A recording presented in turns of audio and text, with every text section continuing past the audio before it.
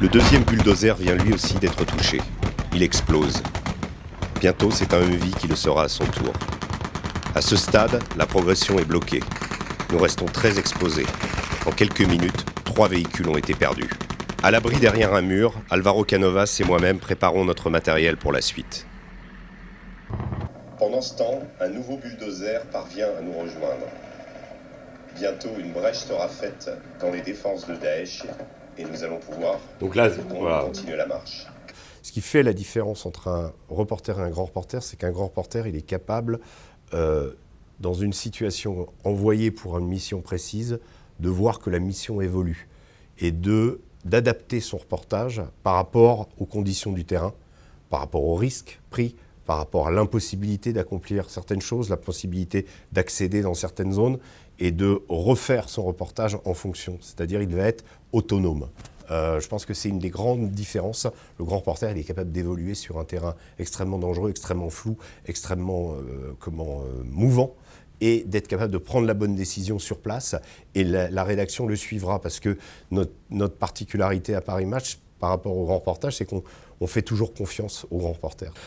On est dans un monde aujourd'hui où vous avez 90% des informations qui circulent, qui sont produites, générées et diffusées par des gens qui ne sont pas sur place. C'est-à-dire des gens qui recyclent des informations, qui les recyclent souvent en fonction de la personne qui les paye, en fonction du média ou de leur sensibilité.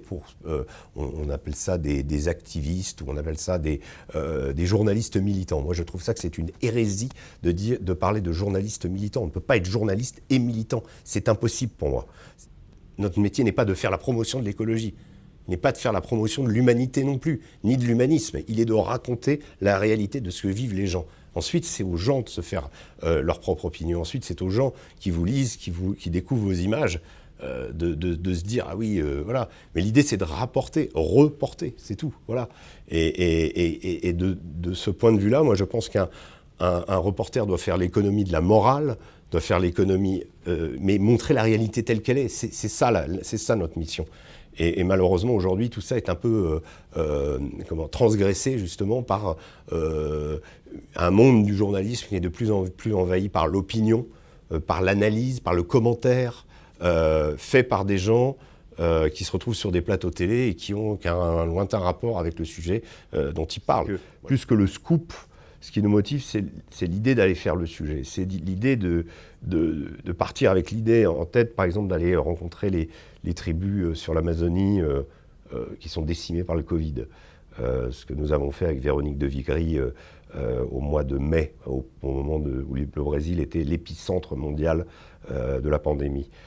Pour aller voir ces Indiens, nous avons utiliser un certain nombre de subterfuges parce que le gouvernement brésilien ne nous aidait pas. On était clairement persona non grata.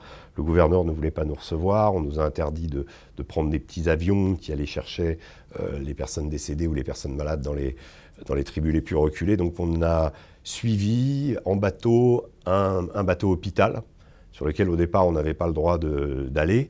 Et puis, en fait, on l'a devancé, on est allé au premier village sur lequel le bateau s'arrêtait, et puis là, il n'y avait plus de garde, etc. Donc là, on a sympathisé avec les médecins, et les médecins, en général, ça se passe toujours très bien.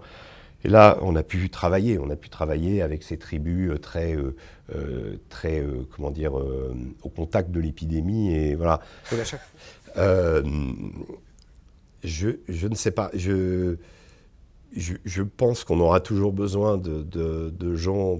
Je souhaite ne pas être le dernier des Mohicans parce que sinon ça voudrait dire qu'on n'est plus utile, ça voudrait dire qu'on n'a plus d'intérêt, qu'on va être remplacé. Le risque, c'est en effet qu'on soit remplacé par des agences de presse qui vous servent des communiqués, qui vous font des films magnifiques, totalement orientés et payés par ceux qui les payent, c'est-à-dire un camp, un autre, un homme politique, une association, une entreprise, vous voyez. Et que la communication et que l'information aujourd'hui ne soit que générée par des gens qui ont un biais, quoi. Voilà. Un mot. Merveilleux.